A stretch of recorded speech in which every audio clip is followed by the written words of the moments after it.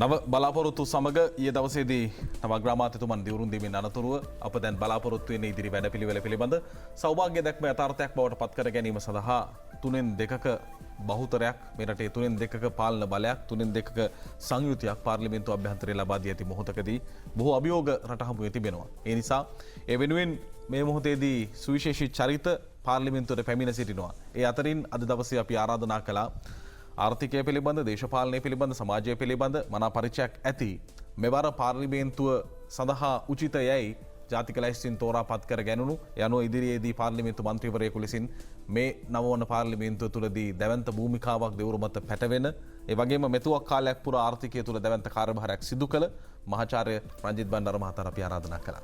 අයිබෝන් මම ගෞරවයෙන් පිළිගන්නවා සුබදෑසනක්. ප්‍රථමයෙන් අපි සුබ පතනවා ඔබගේ අභිනව පත්වීම වෙනුවෙන්.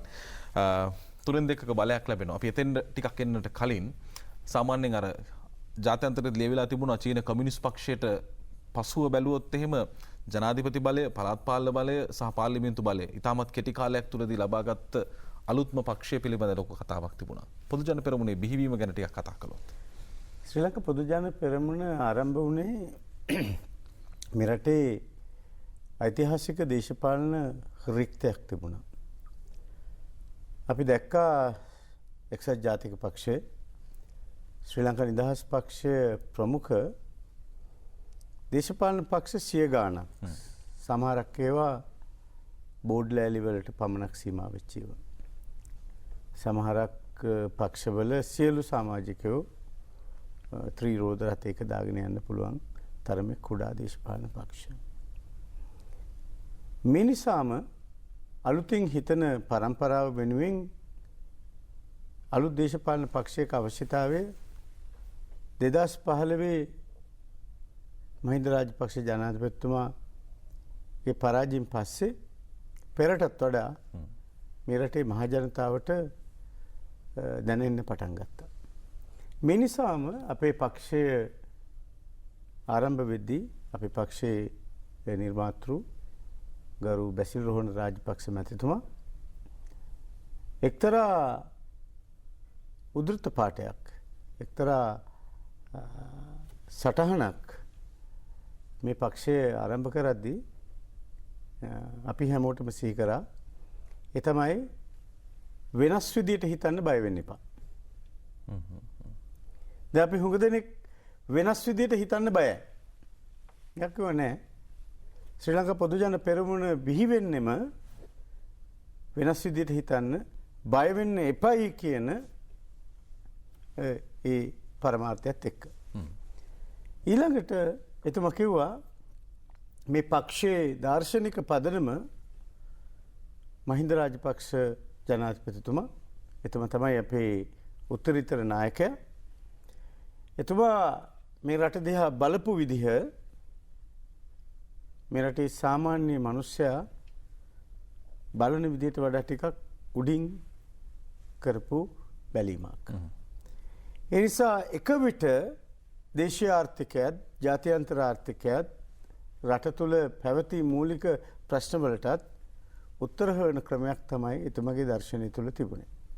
මේක ටිකක් තව රිෆයින් කළත් මේක ටිකක් තව සවිස්තරාත්මකව පරිකල්පනය කළා බැසිල් රෝහණ රාජපක්ෂ මැතිතුමා කිව්වා රංජිත් අපි හඳුනාගමු අපිට තියෙන මූලික ප්‍රශ්න. අපි ලයිස්තුවක් හැදුවා. අපි ගොනු කළා අපිට මේ අවස්ථාවේ මූලික ප්‍රශ්න 3ක් 4ක් 5ක් තියෙන්න පුළුවන්. අපි වඩා වැදගත් ඒවා ටික.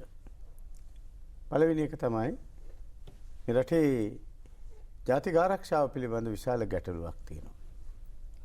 2016 වෙනකොට මේ 2019 පාස්කු බෝම්බ ප්‍රහාරය සිද්ධ වෙයි කියලා කවුරුත් කිව්ව හිතාගෙන හිටියේ නැහැ. හැබැයි මේ 2016 හිතනවා රටේ ජාතික ආරක්ෂාව අනතුරේ.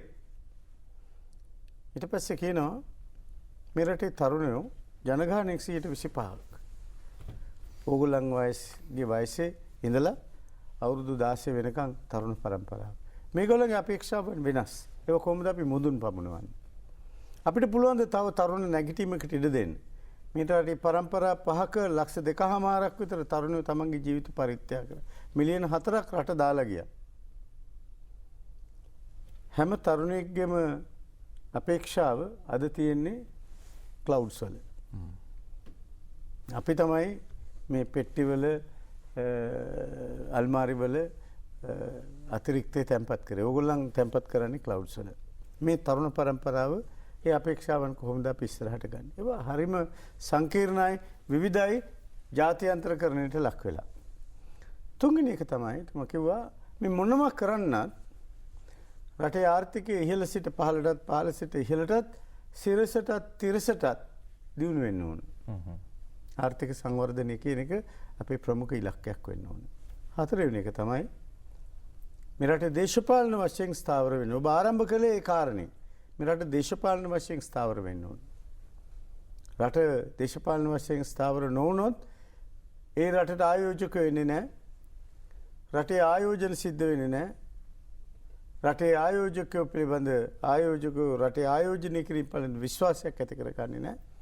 ඒ නිසා මේ ඊටාම තීරණාත්මකයි රට දේශපාලන වශයෙන් ස්ථාවර වෙන්න ඕනේ. ඒ නිසා තමයි ශ්‍රී ලංකා පොදු ජන පෙරමුණට පුළුවන්කම ලැබුණේ 2016 නොවැම්බර් මාසයේ මේ පක්ෂය ආරම්භ වුණේ. 2020 මුල වෙනකොට 2019 අග වෙනකොට අපිට පුළුවන්කම ලැබුණා මේ රටේ පළාත් පාලන ආයතනවල 80ක 82ක බලය තහවුරු කරගන්න. 7 වෙනි විධායක ජනාධිපතිවරයා තෝරාපත් කරගන්න. විශාල ජනකායකගේ කැමැත්ත ඇතුව අවසානයේදී අපට පුළුවන්කම ලැබුණා පාර්ලිමේන්තුවේ බලය අඬ දාන්නේ නැතුව එයාට මෙයාට යාප්පු වෙන්නේ නැතුව අතනින් මෙතනින් මිනිස්සු ආගන්නේ නැතුව 3/2ක බලයක් සහිත පාර්ලිමේන්තුවක් බවට පත් කරගන්න. ඇයි 3/2 බලයක් අපි ඉල්ලුවේ? දැන් 3/2 බලයක් අපි ඉල්ලනකොට හැමෝම කිව්වා මේ ලොකු බලයක් දෙන එක හරි භයානකයි. හැබැයි මතක තියාගන්න මම අර කියපු අවසාන කාරණේ රට දේශපාලන වශයෙන් ස්ථාවර කරන්න නම් ඒ රටේ ආණ්ඩුක්‍රම ව්‍යවස්ථාව මහජන හිතකාමී වෙන්නට ඕන. අපේ ආණ්ඩුක්‍රම ව්‍යවස්ථාව 19 වතාවක් සංශෝධනය කරලා එක එක්කනාගේ ඕනෑ එපාකම් වලට. දැන් 19 ආණ්ඩුක්‍රම ව්‍යවස්ථාව සංශෝධනය ගත්තොත් එක පුද්ගල කණ්ඩායමක් එක පවුලක් ඉලක්ක කරගෙන තුන් පාරක් ඉල්ලන්න බෑ. 30 පාට වැඩි වෙනකන් ජනාධිපතිවරණයකට ඉදිරිපත් වෙන්න බෑ. මේ පුද්ගලයෝ කීප දෙනෙක් ඉලක්ක කරගෙන. ඒගොල්ලන්ට ඕනකම තිබුණා මේ පිරිස මුළුමනින්ම දේශපාලනයෙන් ඉවත් කරන්න. ඒකලා තමන්ගේ බලය තහවුරු කරගෙන. හැබැයි මේ රටේ මහ ජනතාව 2015 ජනවාරි මාසයේ 8 වෙනිදා මහින්ද රාජපක්ෂ ජනාධිපතිතුමා ගෙදර ගිය වෙලාවේ ඉඳලා දහස් ගණනින් ඔබ දකින්න නැති 4 දිබ්බාගෙන් එතුම වලන්ට ආවා. හොඳයි. ඒ නිසා තමයි මම කිව්වේ ශ්‍රී ලංකා පොදු ජන පෙරමුණේ හරය පොදු ජන පෙරමුණේ හර පද්ධතිය මේ මහින්ද රාජපක්ෂ ජනාධිපතිතුමාගේ චින්තනය. හොඳයි. 2010 යුද ජයග්‍රහණයෙන් පස්සේ තමයි මෑත අපේ මැතිවරණ ක්‍රමය ඇතුළත වැඩිම ආසන සංඛ්‍යාව අපි දකින්නේ. ඒ 144ක් දක්වා යන්න අවස්ථාව ලැබෙනවා 2010 දී. ඉන් පස්සේ 2019 145ක් දක්වා යනවා. සාමාන්‍යයෙන් මේ ක්‍රමය ඇතුලේ යන්න පුළුවන් උපරිමයේ මෙච්චර කාලයක්. අර 6/5ක බලයක් ජය ජයවර්ධන මහත්තයට එනකොටත් 50.89යි ඡන්ද ප්‍රතිශතය තිබුණේ. මෙච්චර ඡන්දෙ දෙන්න හේතුව මොකක්ද? ඔබතුමාලා මෙච්චර ඡන්දයක් බලාපොරොත්තු වුණාද? මං හිතන්නේ අපි වටා ශ්‍රී ලංකා පොදු ජන පෙරමුණ වටා මේ රටේ මහ ජනතාව එකතු වෙන්න හේතු ගණනාවක් තිබුණා. පළවෙනි එක තමයි දේශපාලන පක්ෂයක් විදිහට අපේ දාර්ශනික පදනම මේ රටේ මිනිසුන්ගේ හදවතට කිට්ටුයි. අතිගරු ජනාධිපතිතුමන් පහුගිය ජනාධිපතිවරණයේදී ඉදිරිපත් කරපු වැඩපිළිවෙල සෞභාග්‍ය දැක්ම සම්පූර්ණයෙන්ම මේ රටේ මහ ජනතාවගේ සිතුම් පැතුම් වලට අනුකූලව සකස් කරපු එකක්. ශ්‍රී ලංකා පොදු ජන පෙරමුණ ගම සමග පිළිසඳර කියලා මේ රටේ ගම් නියම් ගම් වලට ගිහිල්ලා මිනිස්සුන්ගේ අදහස අපි කොහොමද රට ඉස්සරහට ගෙනියන්නට ඕන.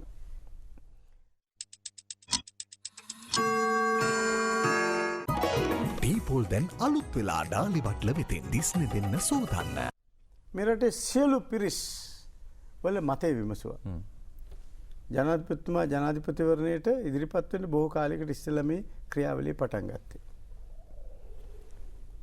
විද්වත් කොමිටි 22ක් ස්ථාපිත කරා. ඒවා වල මේ කාරණා විවිධ මට්ටම් වලින් ඩිබේට් කරා. ඊට පස්සේ මේ ප්‍රතිපත්ති රාමුව සකස් කළා. මේ ප්‍රතිපත්ති රාමුව සකස් කරද්දී ජනාධිපතිතුමා නවීනත්වය පිළිබඳ විශ්වාස කරන කෙනෙක්. බැසිල් රාජපක්ෂ මැතිතුමා රට දියුණු කරන මාර්ගය පිළිබඳ ඉතා හොඳ දැක්මක් තියෙන කෙනෙක්. මහින්ද රාජපක්ෂ ජනාධිපතිතුමා මිනිසුන්ගේ හෘද ස්පන්දනය හඳුනන කෙනෙක්. එතකොට මේ ත්‍රිත්වය මොකද කරේ මේ හදාගත්ත ප්‍රතිපත්ති රාමුව ජනගත කරන ආකාරයට ඉතා හොඳ වැඩපිළිවෙලක් උපාය මාර්ග වැඩපිළිවෙලක් විදිහට මහ ජනතාව ඉදිරිපත් කළා. අපි මැතිවරණයේදී මහ මැතිවරණයේදී කිව්වේ සෞභාග්‍යයේ දැක්ම යථාර්ථයක් කරන්න අවස්ථාව දෙන්න.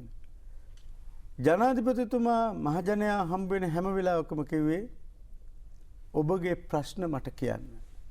මේ වැඩේ මට ඉස්සරහට ගෙනියන්න උදව් කරන්න.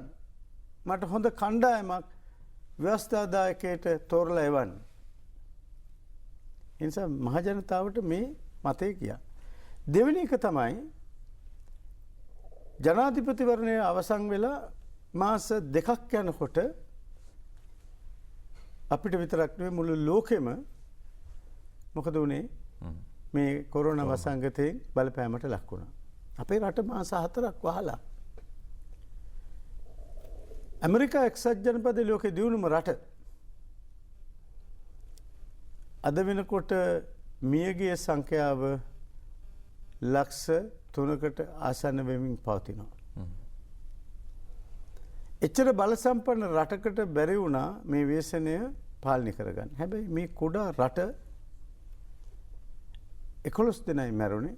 මේ මැරිච්ච 11 දෙනාගෙන් බහුතරයක් කල්පවත්නා රෝගාබාධ වලින් පෙළීච්ච අය. එතකොට මිනිස්සු දැක්කා මේ ව්‍යසනය කොහොමද පාර්ලිමේන්තු බලයක් නැති පළාත් සභාවක් නැති අයවැයක් නැති ආණ්ඩුවක් පාලනය කරන්න. මිනිස්සු තුළ ලොකු විශ්වාසයක් ඇති වුණා. තුන්වෙනි කාරණේ තමයි දැන් කොරෝනා වසංගතය එනකොට හුඟක් අය හිතුවා දැන් ආර්ථිකය කඩාගෙන වැටෙනවා. ඔබට මතක ඇති අතිගරු ජනාධිපතිතුමන් ජනාධිපති කාර්යසාධන බලකායක් පත් කරා. මේකේ ප්‍රධානියා විදිහට අපේ පක්ෂ නිර්මාතෘ බැසිල් රෝහන් රාජපක්ෂ මැතිතුමා තීන්දුව කරලා මේ වැඩපිළිවෙල ක්‍රියාවට නැංවුවා. අද මේ විෂය ප්‍රාමාණිකයෝ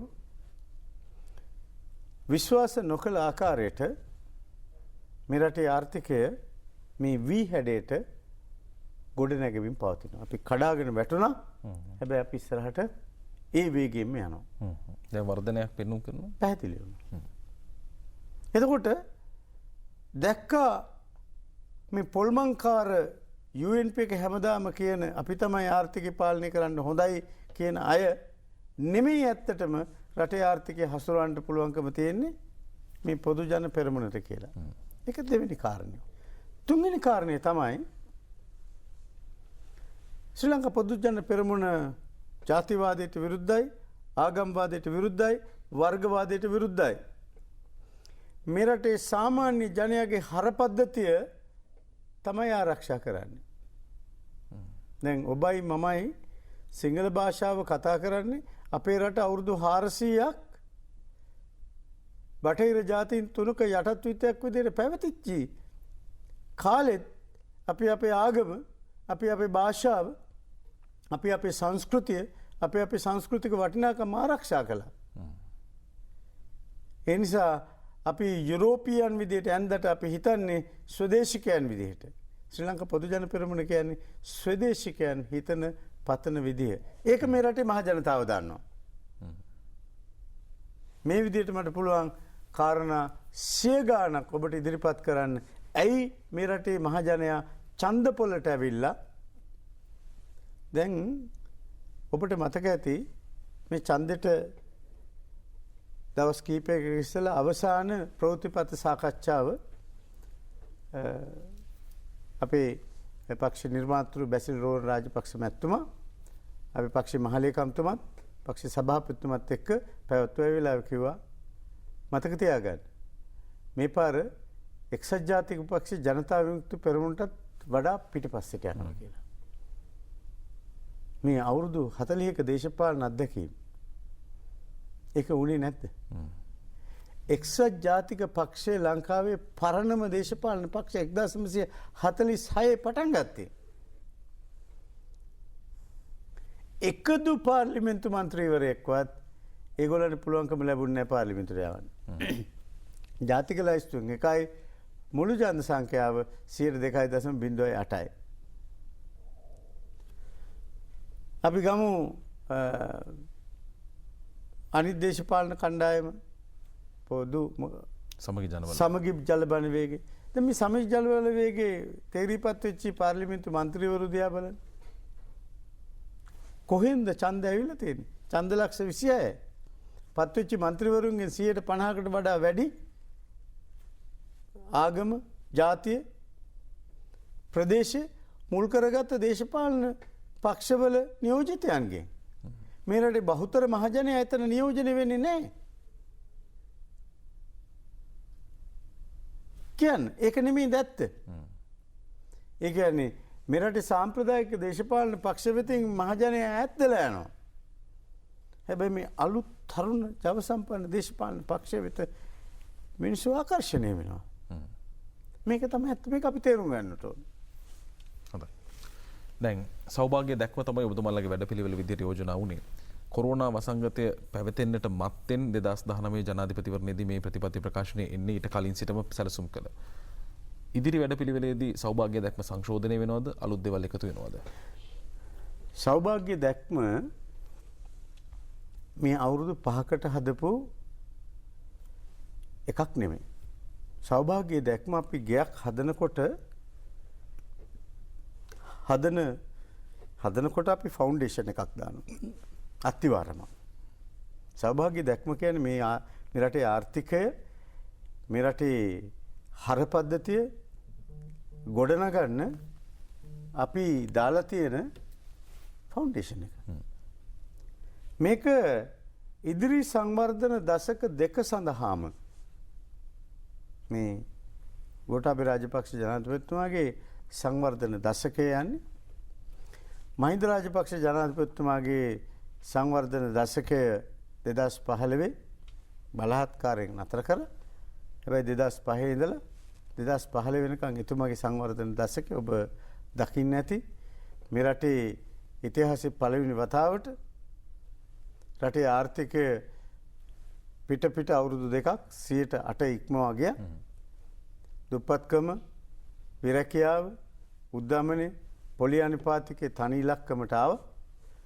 මහා මාර්ග, දුම්රිය මාර්ග, අධිවේගී මාර්ග, වරාය, ගුවන් තොටුපළ මේ ආර්ථිකයේ වඩා වැදගත් මර්මස්ථාන සියල්ල සංවර්ධනය වුණා. හරිද? මිනිස්සු ජාතික කොඩියට, ජාතික ගීයට ගෞරවාන්විත විදියට සලකන්න පටන් ගත්තා. 30ක් පැවති යුද්ධය අවසන් කළා. එතුමා ගෙදර යනකොට විදේශ සංචිත ප්‍රමාණය බිලියන 8 ඉක්මවා තිබුණා. හැබැයි පහුගිය අවුරුදු 5 මොකද වුනේ? හිඟන්නගේ පාත්‍රයට හෙනහුරත් වැටුණා. දන්න? හිඟන්නගේ පාත්‍රයට හෙනහුරත් වැටුණා. ඒ නිසා රට බාර දෙනකොට බාර දීපු රට ලැබුණේ නැහැ. ඒ නිසා දැන් අපි පටන් ගන්නෙ ගෝඨාභය රාජපක්ෂ ජනාධිපතිතුමාගේ සංවර්ධන දශකය. දැන් එවකට කාලවකවනුවේ චෝදනාවක් තිබුණා. අර බිලියන 79 ඉඳලා බිලියන 87ට බිලියන 5 ආර්ථික වර්ධනය වුණේ. හැබැයි ඔවුන් කියනවා පැවතිච්ච ණය මේ කියන ප්‍රශ්න තමයි මූලික වුණේ කියලා. කෝ දැන් ගෙවපු ණය? දැන් මහින්ද රාජපක්ෂ ජනාධිපතිතුමා රට බාර දෙනකොට ණය සේවාකරණය උපේන හැම රුපියලකම 772යි. බාර දෙනකොට 86යි. වරාය වික්කා. හම්බන්තොට වරාය වික්කානේ. ඔබට මතකද චෙක් පොතක් අරගෙන පෙන්නවා. ප්‍රසිද්ධ මාධ්‍යයට ඇවිල්ලා. දැන් ලබාගත්ත ණය 3 ගුණයකින් වැඩි වුණා. මේ ණය ගෙවන්නද ණය ලබා ගත්තේ? වැඩපිළිවෙලක් තිබුණේ නැහැ. දින 100 කියලා එකක් ආවා. ඒකට අයිතිකාරයෙක් නැහැ. මතකද හිටපු ජනාධිපතිතුමාක මම දන්නේ නැහැ. ඊළඟට පංචවිධ ක්‍රියාවලිය කියලා එකක් ආවා. අර ගැල්ල මේ පොඩි කාර් එකක යන හීනක හිටියේක කෝ පංචවිධේ? මේගොල්ලන්ට වැඩපිළිවෙලක් තිබුණේ. මේගොල්ලන්ට තිබුණේ අර රටට අහිතවත් කණ්ඩායමේ ඕනෑපාකම් ඉටු කිරීම සඳහා මොනම හරි ක්‍රමයකින් බලය ලබා ගන්න එක. ඒ මොන හරි ක්‍රමයකින් බලය ලබා ගත්ත හැබැයි බලය රඳව ගන්න වැඩපිළිවෙලක් තිබුණේ නැහැ. මහජනයා ඉස්සරහට යන්න බෑ. මිනිස්සු ආණ්ඩුව විහිළුකාරයෙක් විදිහට සලකන්න පටන් ගත්තා. වැඩිපුර මේ කාලේ කාටුන් ඇඳුන්නේ කවුරු ගැනද? රටේ ජනාධිපතිවරයා ගැන. රටේ අගමැතිවරයා ගැන. කැබිනට් ඇමතිවරු සම්බන්ධයෙන්. මේකනේ ඇත්ත. එතකොට දැන් කාට හරි කියන්න පුළුවන්ද ඒ අවුරුදු 5 අපි ලොකු ගමනක් ගියා කියලා? ඔයාට ඔයාගේ වයස සමහරට ඔයාට වඩා අඩු වයසේ 57000ක් විශ්වවිද්‍යාල වලින් එළියට ආපු අය රස්සාවල තු ගෙවල් වල අවුරුදු 4ක් 4,87,000ක් රස්සාවල් නැතුව ඉන්නවා. ඒගොල්ලන් කියනවා අපි සමෘද්ධිය දීමනාව වැඩි කරා. වැඩි පිරිසකට සමෘද්ධිය දුන්නා. ඒ කියන්නේ දුප්පත්කම වැඩි වෙලානේ. පවුල් ලක්ෂ 16ක් සමෘද්ධිය ලැබෙනවා. කොරෝනා වසංගතයේ වෙලාවේ පවුල් ලක්ෂ 73කට රුපියල් 5000 ආධාරය දෙන්න සිද්ධ වුණා. ජීවන මාර්ග අහිමි වුණා. මේ තමයි ඇත්ත. එතකොට රෙද්දක් ඇඳගෙන කියන්න පුළුවන්ද අපි වැඩකාරයෝ කියලා? දැන් එහෙම කිව්වනේ. දැන් සජිත් ප්‍රේමදාස මැතිතුමා එතුමා කිව්වා මගේ තාත්තා හිටපු ජනාධිපතිතුමා ගැන මතක් කළා.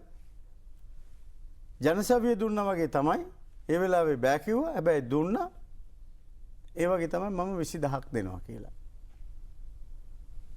මතක තියාගන්න මේ රටේ මිනිස්සුන්ගේ පොලිටිකල් ලිටරසි කියන එක දේශපාලන සාක්ෂරතාවය ඉතා ඉහළයි. මිනිස්සු දන්නවා මේ කියන්නේ කරන්න බැරි එකක්. රජයේ සේවකයෝ රුපියල් 10000 දුන්නා කිව්වා. ඒගොල්ල පත්‍රයේ දැන්වීමක් දැම්ම අපි තමයි වැඩියෙන්ම රජයේ සේවකයට සැලකුවේ කියලා. තැපැල් ඡන්දෙදී ඔබ දුටුවද? 80ක් 85ක් රජයේ සේවකයෝ කාටද ඡන්දෙ දුන්නේ? ඒ නිසා මිනිස්සු දන්නවා බෙරේ හඬ මොකද්ද කියලා. ඒ නිසා මේ මහමැතිවරණයේදී මිනිස්සු බෙරේ හඬයි අහගෙන හිටියේ. හොඳයි. අපි කතා කරමින් සිටින්නේ අභිනවයෙන් පාර්ලිමේන්තුවට තේරීපත් වුණු ජාතික ලැයිස්තුව හරහා ඒ වගේම ශ්‍රී ලංකාවේ ආර්ථිකය පිළිබඳ දේශපාලනය පිළිබඳ මනා දැක්මක් සහිතව නිරන්තරයෙන් අදහස් පළ කරන මහාචාර්ය රංජිත් බණ්ඩාර මහතා සමගින් පාර්ලිමේන්තු මන්ත්‍රී මහාචාර්ය රංජිත් බණ්ඩාර මහතා සමගින් අපි කතා කරමින් ඉන්නේ.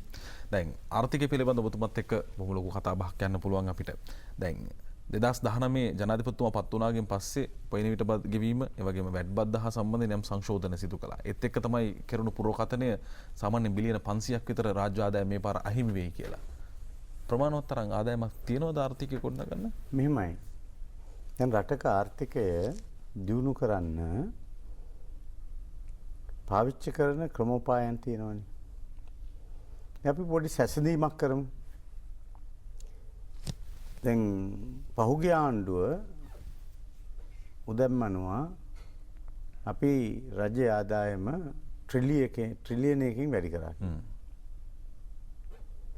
හැබැයි ආර්ථික වර්ධනය 2.9. එතකොට බදු අය කරා කියලා උදම් අනනකොට අනිත් පැත්තෙන් රටේ ආර්ථිකය වලපල්ලට ගිහිල්ලා.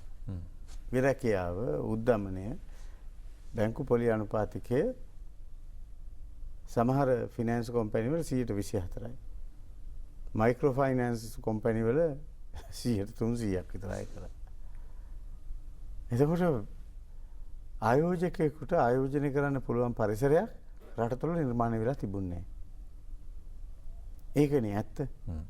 එතකොට මේ සියලු සංශෝධනවල එකම එක පරමාර්ථයයි තිබුණේ. ඒ තමයි ආයෝජකයා කොහොමද පොළඹවන්නේ, පාරිභෝගිකයා කොහොමද පොළඹවන්නේ, වෙළඳපොළ කොහොමද නවීකරණය කරන්නේ. එතකොට වෙළඳපොළක භාණ්ඩ විකුණන අයත්, භාණ්ඩ මිලදී ගන්න අයත්, නිෂ්පාදනය කරන අයත් හමු වෙනවා, කතා බහ කරනවා, ගනුදෙනු තීන්දුව තීරණය ගන්නවා. හැබැයි මේ සියල්ල සිද්ධ වෙන්නේ මොනවද ඒ අයට ලැබෙන වරප්‍රසාද? දැන් මම වියදම් කරන හැම රුපියල් 100කින්ම වියදම් කරනකොට 20ක් ආණ්ඩුව ගන්නවා නම් මම වියදම් කරන්න කල්පනා කරනවා දෙපාරක්. නැත්නම් මම වැරදි පාරක යනවා. දැන් ඔයාලට මතක නැති වුණාට රුපියල් 100කට රීලෝඩ් එකක් ගත්තොත් රුපියල් 44ක් අපි බදු ගෙවනවා. එතකොට පාරිභෝගිකයා විදිහට ඔයා රුපියල් 100ට 60යි හම්බ වෙන්නේ. එතකොට ඔයා මොකද කරන්නේ? ඔයා ඒක පාවිච්චි කරන එක අඩු කරනවා. ඔයාගේ ආදායමට නොගැලපෙන නිසා වෙන විදිහකට කියනවා නම් පුද්ගල ක්‍රය ශක්තිය හීන වෙලා. ආයෝජක අධෛර්යමත් වෙලා. ඒ නිසා මේ පරමාර්ථය උනේ බිග් පුෂ්. ලොකු තල්ලුවක් දෙන්න.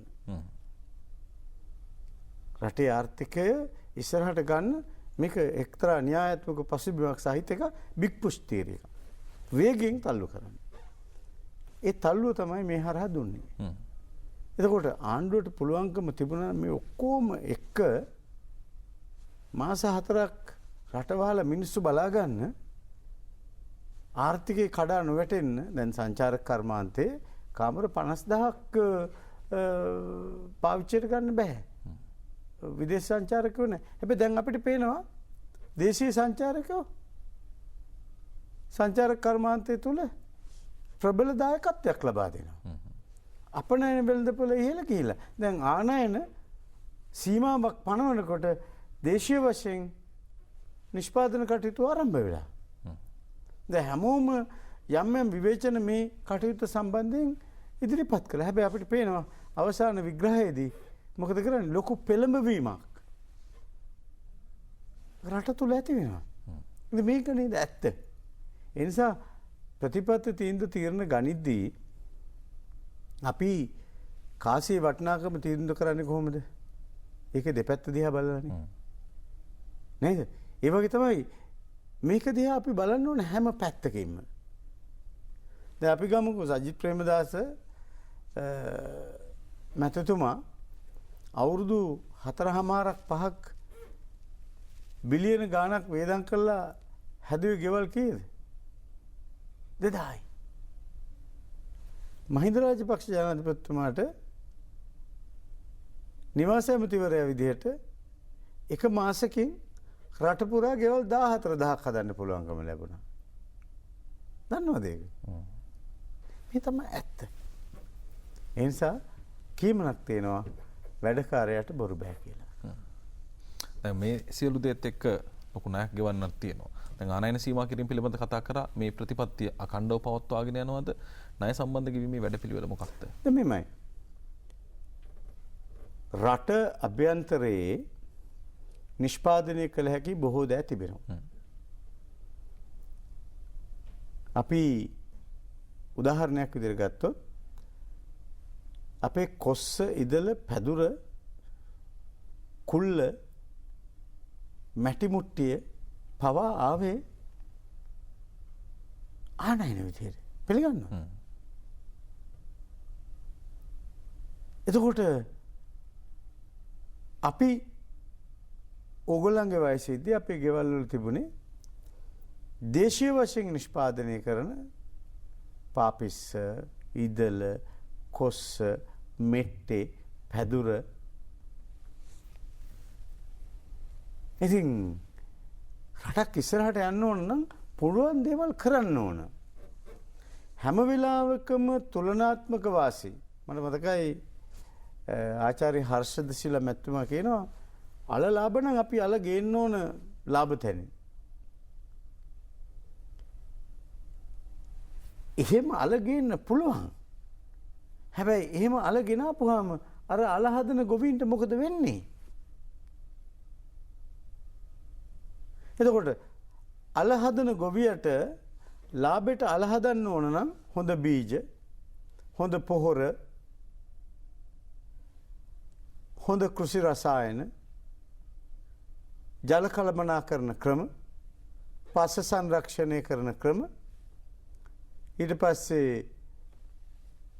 ගොවි ජන සේවා එක්ස්ටෙන්ෂන් සර්විසස් කියනවා දෙන්න ඕන. විද්‍යානුකූල ගොවිතැන්ට ගොවියා හුරු කරන්න ඕන. ඉතින් එහෙම නොකර නිෂ්පාදන ඵලදායිතාව ඉහළ ගන්නවත් නිෂ්පාදන වියදම අඩු කරන්නවත් බෑ. අපි කරන්න ඕන නිෂ්පාදන වියදම අඩු කරලා ඵලදායිතාව ඉහළ දාපුවාම අර ගානට අපිට අල දෙන්න පුළුවන් කියන තැනට අපි හිතන්න ඕන. ඒකයි මම කිව්වා අපේ පක්ෂය ආරම්භ කරනකොට වෙනස් විදිහට හිතන්න බය වෙන්න එපා කියලා කිව්වා. ඒ නිසා දැන් රිකාඩෝගේ තියරිය ලංකාවට ගැලපෙන්නේ නැහැ. 1976 දී අපි කොහෙන්වත් මිරිස් ගෙනාවේ නැහැ. බැන්නට විවේචනය කරාට මිරිස් පොළු හාල් පොළු කියලා හැබැයි රට අභ්‍යන්තර නිෂ්පාදන කටයුතු පටන් ගත්තා. දැන් ඔයා බලන්න පාරායින කොච්චර පළතුරු කන්දරාවක් විකුණන්න දාලා තියෙනවද කියලා, එළවලු දාලා තියෙනවද කියලා. ඒ කියන්නේ රටේ නිෂ්පාදනය වැඩි වෙලා. දැන් රනිල් වික්‍රමසිංහ අගමැතිතුමා හිතන විදිහට නෙමෙයි අපි හිතන්නේ. එතුමා කියන්නේ මේ නෑ. හාල් නිෂ්පාදනය වැඩි කරන්න නරකයි. මිල පහළ යනවා. ගොවියට අවාසියක් සිද්ධ වෙනවා. එහෙම නෙමෙයි. අපි බලන්න ඕනේ අලුත් වෙළඳපොළවල්. හාල් වලින් නිෂ්පාදනය කරන අතිරේක ආහාර භෝග, හාල් නිෂ්පාදනයට වටිනාකම් එකතු කිරීම.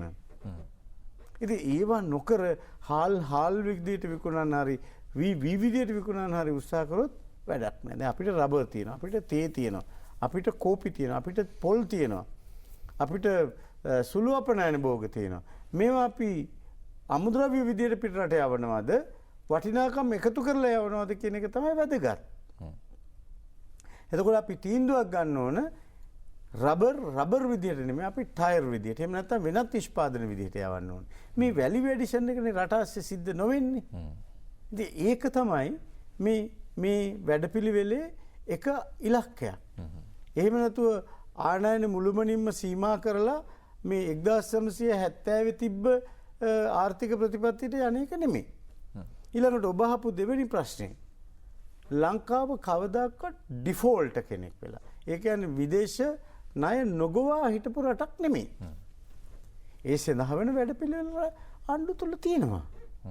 දැන් මේ බාරකාර ආණ්ඩුවක සමහර තීන්දුව తీරන ගන්න බෑ. සමහර විදේශ මූල්‍ය ආයතන එහෙම ආණ්ඩුවක් එක්ක සාකච්ඡාවට එන්න කැමති නැහැ. දැන් මුළු ලෝකෙම දන්නවා ශ්‍රී ලංකාව දේශපාලන වශයෙන් ස්ථාවරයි. ඒගොල්ලන් කැමති එන්න, කතා කරන්න, නෙගෝෂিয়েට් කරන්න. අලුත් ආයෝජකයෝ එන්න කැමති. රට දේශපාලන වශයෙන් ස්ථාවරයි. දැන් ඔබ දකින්න ඇති පහුගිය කාලේ එංගලන්තේ සුප්‍රසිද්ධ සංග්‍රහයක් සංචාරක කර්මාන්ත සම්බන්ධ කිව්වා. සංචාරක කර්මාන්ත සඳහා ආරක්ෂිතම රට ලංකාව කියලා. එතකොට ඉදිරි මාස 2-3 ඇතුළත මේ වසංගතය ක්‍රමයෙන් පහළ යනකොට අද ඉස්කෝල පටන් ගන්න ඒක ඉන්ඩිකේෂන් එක. දැන් මැතිවරණ කොමසාරිස්තුමා ඉතාම සතුටින් ප්‍රතිඵල නිකුත් කරලා කිව්වා අපිට පුළුවන්කම ලැබුණා මේක මිනිස්සු දන්නවා මේකට කොහොමද මුහුණ දෙන්නේ කියලා. මේ නිව් නෝමල්සි එකට. එතකොට අපිට පේනවා ඉදිරි මාස 2-3 යනකොට මේ රටේ ආර්ථිකය යථා තත්ත්වයට පත් වෙන්න පුළුවන්. හොඳයි. ආර්ථිකය සම්බන්ධයෙන් අවසන් ප්‍රශ්නේ විදිහට ගත්තොත් හැබැයි මේ සියලු දේ සිද්ධ වෙනකොට වර්තමානයේ නම් උද්දමනය වැඩි ජනතාව යම් ආකාරයෙන් බඩු මිල ප්‍රශ්නයකට මුහුණ දෙනවා.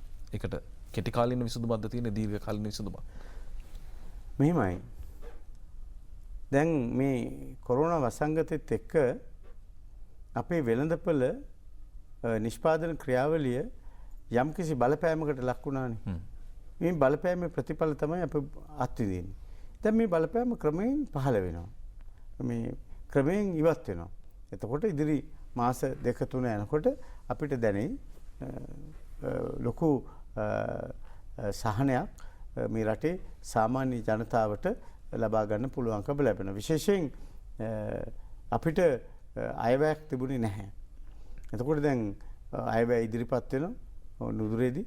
එතකොට ඒ අයවැය මගින් විශාල මේ තීරණ ගණනාවක් මේ රටේ පරිභෝගික, මේ රටේ නිෂ්පාදකයා, ආයෝජකයා, ඒ වගේම රටේ ආර්ථිකය ආරක්ෂා කරන වැඩපිළිවෙලකට යෑමේ හැකියාව තියෙනවා. හොඳයි. අර දේශපාලනික කාරණා වලට આવොත් එහෙම 225 එපා කියන තැනක එක්තරා විදිහේ මතවාදයක් ගොඩනැගුණා මේ මැතිවරණයට කලින්. මේවර අලුත් මුණු 70ක් තියෙනවා. ඒ වගේම ජාතික ලයිස්තුව තුල වුණත් පරාජිතයන් නොවි උගතුන් වියතුන් බුද්ධිමතුන්ට වැඩි ඉඩකඩක් ලබා දීලා තියෙනවා විවිධ ශේෂ්ත්‍ර අනුව. ඔබගේ පෞද්ගලික මතය අනුව මේ පත්වෙච්ච පාර්ලිමේන්තුව ජනාධිපතිතුමාට වැඩ කරන්න පුළුවන් පාර්ලිමේන්තුවක්ද? අනිවාර්යයෙන්ම.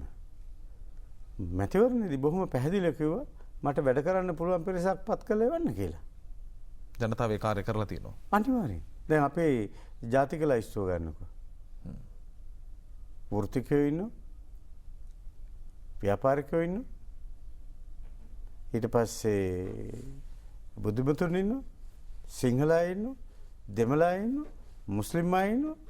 බෞද්ධයෝ ඉන්නවා. ක්‍රිස්තියානි ආගම අදහන අය ඉන්නවා. ඉස්ලාම් ආගම අදහන අය ඉන්නවා. හින්දු ආගම අදහන අය ඉන්නවා. ඉතින් අනිත් පක්ෂ සහ කණ්ඩායම් වලට තාම පුළුවන්කමක් නැහැනේ. තමන්ගේ ජාතික ලයිස්තුව ෆයිනලයිස් කරගන්න. මේකනේ ඇත්ත. දැන් පරාජය වෙච්ච ලයිස්තුව දිහා බලන්න. එක්සත් ජාතික පක්ෂයේ නායකයා, මහලේකම්වරයා, නියෝජ්‍ය නායකයා, භාණ්ඩාගාරික, ප්‍රාදේශීය නායකයෝ. දැන් සමගි ජන බල පෙරමුණේ බලන්නකෝ පාර්ලිමේන්තුවේ තේරිපත් වෙලා ඉන්න අය. ඔය මේ ප්‍රසිද්ධ මාධ්‍යයට ඇවිල්ලා මේ අතේ පැලවෙන බොරු කියපු මේ අය ගෙදරනේ. ඈ? ඔව්ද නැද්ද? ඒ නිසා මේ මැතිවරණ ප්‍රතිඵල මේක කායයකට අවස්ථාව නෙවෙයි විග්‍රහ කරලා බලන්නකෝ. මේක පේනවනේ තාම පැහැදිලිව මේ රටට ආදරය කරන පිරිස එක පැත්තකටත් මේ රටට හැමදාම ද්‍රෝහිකම් කරපු පිරිස අනිත් පැත්තටත් මේකනේ ඇත්ත. ඒ කියන්නේ එක පැත්තක වැඩපිළිවෙලක් තියෙනවා අනිත් පැත්ත කිසිදු වැඩපිළිවෙලක් නැති අංජබජල්. ඒ කියන්නේ කිසිම වෙලාවකදී ආය චෝදනාවක් එල්ල කරන්න බෑ මේ පාර අර 225 එපා කියන තැන. එපා කියව මිනිස්සු ගෙදරනේ. දැන් අනික් පැත්තෙන් ගත්තාම මේ දැන් මහින්ද රාජපක්ෂ ජනාධිපතිතුමා කුරුණෑගල දිස්ත්‍රික්කයෙන් තරඟ කරනකොට ලංකා ඉතිහාසයේ කවදාකවත් ලක්ෂ 5යි 20ක ඡන්දයක් ලැබිච්ච කෙනෙක් නැහැ. බලන්නකෝ අපේ දිස්ත්‍රික්ක නායකයෝ මේ දිස්ත්‍රික්කවල ඉහළම ඡන්ද ලබාගත් අයගේ ඡන්ද ප්‍රමාණය දිහා බලන්නකෝ. ඕවර්වෙල්මින්. මිනිස්සු තුල ජාතික වශයෙන් සහ ප්‍රාදේශීය වශයෙන් පළාත් වශයෙන් උත් නායකයෝ හඳුනාගෙන තියෙනවා. මේකයි ඇත්ත. හොඳයි. ඔබ එක් කාරණයක් මතු කළා මේ ආණ්ඩු ක්‍රම ව්‍යවස්ථා සංශෝධනය 3-2 බලය ඉතාමත් අත්‍යවශ්‍ය කාරණයක්. ඊට අමතරව ප්‍රමුඛතා ඉස්තු විදිහට ආණ්ඩුවේ මේ අවුරුදු 5 ඇතුළේ ගොඩනගන්නේ මොනවද? මං හිතන්නේ අපේ ප්‍රමුඛ ලයිස්තුව මේ රටේ ජාතික ආරක්ෂාව තහවුරු කරන එක, මේ රටේ තරුණයන්ට තමන්ගේ අපේක්ෂාවන් මුදුන් පමුණවා ගැනීම සඳහා වන පරිසර නිර්මාණය කරන එක, දැන්ටම උපාධිධාරීන් රස්සා දෙන්න තීරණය කළ ඉවරයි. දිලුදු පවුල් වලින් තෝරාගත්ත ඉහළට ඉගෙන ගත්ත නැති තරුණයෝ ලක්ෂයකට විවිධ වෘත්තීන් 20ක පුහුණුවක් දීලා රුපියල් 35000කට වැඩි පඩියක් දීලා ඒ අය සේවා ගත කරනවා ප්‍රාදේශීය ලේකම් කාර්යාල මට්ටමේ. එතකොට අපි පවුල් ලක්ෂයක් එකවර එක මාසක් ඇතුළත දුප්පත්කමින් එහා පැත්තට දානවා. දුප්පත්කම නැති කරන්න ගොඩක් වැඩපිළිවෙල මේ ආණ්ඩුවට තියෙනවා. ඒක තීරණාත්මක ප්‍රශ්නයක්. ආණ්ඩුව ඉදිරි අවුරුදු 4 ඇතුළත මේ රටේ දුප්පත් කියන මිනිස්සු කණ්ඩායමක් ඉන්න බෑ කියන විශ්වාසය ඉන්නේ. මේක කරන්න නම් අපේ රටේ ආර්ථිකය ශක්තිමත් වෙන්නට ඕන. අපේ රටේ ආර්ථිකය තුළ රාජ්‍ය, පෞද්ගලික සහ සමාගම් අංශය වැඩියෙන් නියෝජනය වෙන්නට ඕන.